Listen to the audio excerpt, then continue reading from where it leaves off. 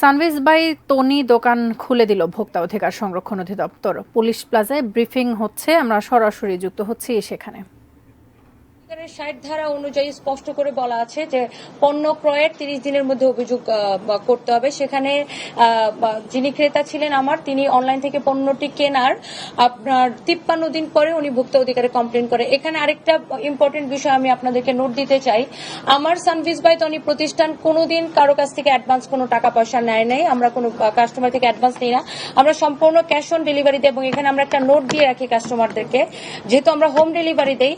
বা আপনার সামনে অপশন আছে, আপনি ডেলিভারি ম্যান যখন যাবে আপনি পণ্যটি চেক করে তারপরে আপনি পণ্যটি টাকা দিয়ে তারপরে রিসিভ করবেন। তো এখন একজন ক্রেতা সে 53 দিন পণ্যটি যে ব্যবহার করে নাই, সে যে ওয়াশ করে নাই, সেটার গ্যারান্টি কিন্তু আপনি বা আমরা কেউ বলতে পারবো না। তো যেটা আসলে সম্পূর্ণ আইন বহির্ভূত 53 দিন পরে ওনারা অভিযোগটি গ্রহণ করে এবং সেটি ক্রেতা পণ্যটি ক্রয় করে অনলাইনে, কিন্তু ওনারা আমাদের শোরুমে এসে এটার কাগজ দেখতে চায় যে আমার সেলসম্যানদের কাছে। তো আসলে অনলাইনের পণ্যের কাগজটা তো আসলে সেলসম্যানরা শোরুমে দিতে পারবে না, বা এটা তো আমাদের একটা শোরুম, অনলাইনের বিষয়টা আসলে ওটার হিসাব তো আমাদের অফিসে থাকে।